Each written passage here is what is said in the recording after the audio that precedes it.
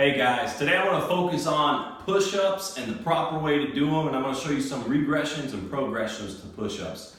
For some reason, push-ups are absolutely brutally executed at the high school level, even at the college level. Kids don't know how to do push-ups. PE programs across the country, they don't teach push-ups right. So the first thing I want you to think about is I want you to think about your elbow positioning and being in a V, okay? And if you were thinking about an analog clock, okay? And so you're looking at a clock, you would think 4 p.m. and 8 p.m. So before we get into the regressions and progressions, I'm going to demonstrate how you would properly do it. So the biggest thing, if I'm going to teach somebody a bench press or a dumbbell bench press and a push-up, I'd say, how do you push a car? Okay, like if my car breaks down in the middle of the road and I got to push it a mile down the road, am I going to get behind the car and am I going to get my elbows out like this and am I going to push from this position? The answer is no. That's not a powerful position. It's not a good, strong position where I'm utilizing my core, utilizing my body. So what do they say? They say, okay, I'll keep my elbows in tight and I'm going to push the car and I'm going to drive like this. It's the same thing for push-ups, but because kids are taught improperly how to do them from a young age, it's just executed wrong for year after year after year, and that muscle memory is ingrained. So when you do them, first thing I want you to think about, and it's a full body movement, so you need to think about the whole body from head all the way down to the toe. So when I get down on the ground here, I want you to first think about putting your feet together and your knees together, okay? You're going to get in that position here and you're going to squeeze your glutes, okay? Brace your core, brace the core, all right? Squeeze your glutes, feet and knees together to keep tension. You always have to have tension when executing the movement properly.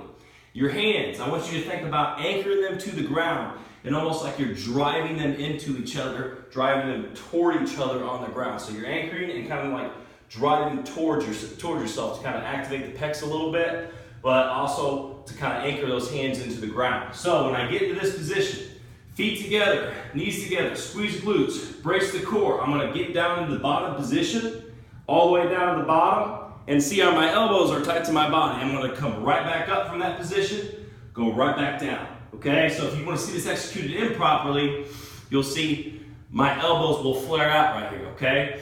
So I just got done actually doing a workout, an upper body workout, and I focus on push-ups and a progression on one of these push-ups. And as you get tired, when you're doing these properly, you're going to have to really pay attention to your technique. It always starts with rep 1. So an improper movement, you'll see guys will come down here at the bottom, you see the elbows come out like this, and they'll come back up, okay? You'll also see the neck and the chin come forward. I call it woodpecking with my athletes. I don't want to see this movement right here where we're coming forward. I want to maintain a neutral spine all the time. Whether I'm doing a push-up, a squat, clean, I'm constantly focusing on neutral spine. So again, not out, elbows tight to the body, okay? So right here, proper push-up, all the way down, all the way up. So, some regressions, okay? Think about your knee push-up, okay? And I'm gonna tell you right now, a lot of high school athletes, and even college, just had a all-state baseball player over the winter, and actually the last 2 winters, struggling with doing proper push-ups. Not necessarily 1 to 5 reps, but once they get past that 5-6 rep mark, technique starts breaking down. And we wanna make sure the technique is as perfect as possible all the time. So, we give regressions. And if we're doing we do a lot of high rep type push-ups with me. And so, like with my younger guys that aren't able to execute a proper push-up, I'll have them execute as many push-ups as they can properly. From there, we go down to the knees. And when you go down to the knees, so say I'm here, I execute all my push-ups, say I get 3, okay? I'm a 12-year-old, 13-year-old kid, I'm only able to do 3 push-ups.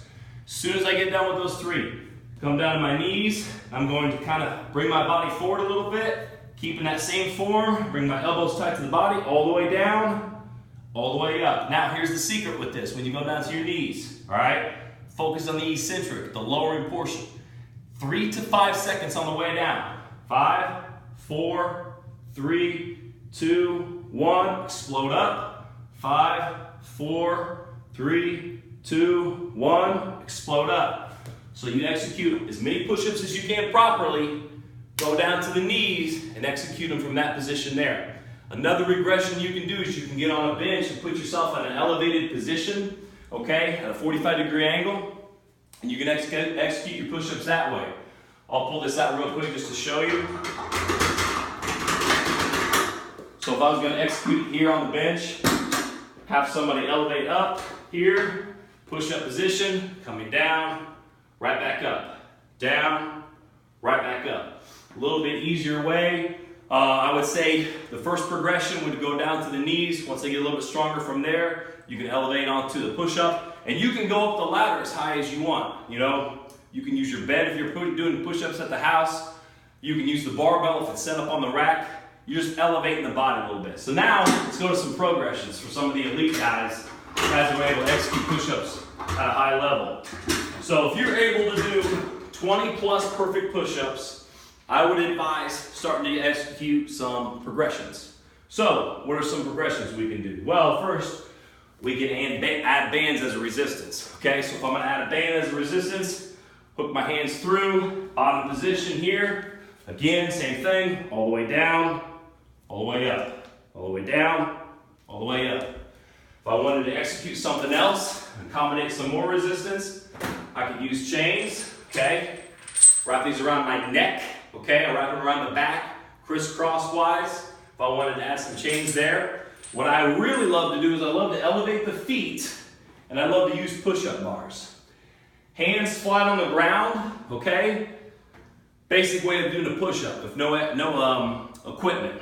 But you would be surprised at how just using some push-up bars, and you can use dumbbells as well, put yourself in a neutral grip position, how much harder it is for athletes to do this, okay? And again, not just a neutral spine, make sure the grip is neutral. I want to see the wrist flexing in and out of position. I want to keep that neutral as best as possible. So from here, elevate my feet, stabilize position, all the way down, all the way up, all the way down, all the way up. So, proper way to do the push-up. How would you push a car? 4 and 8 o'clock on a clock, looking at a V, not a T. That's 3 cues you can use with your athletes, and if you're an athlete watching this video, it's 3 cues you can use to execute when doing a push-up, okay? It's Laird's training, guys. Use these as part of your program. We do push-ups pretty much every week, 1 to 2 times a week in our programming. Make sure you guys like the video. Be sure to subscribe. Share the video with somebody who needs a little education on the push-up positions and the regressions and progressions. Till next time, guys, I'll see you later.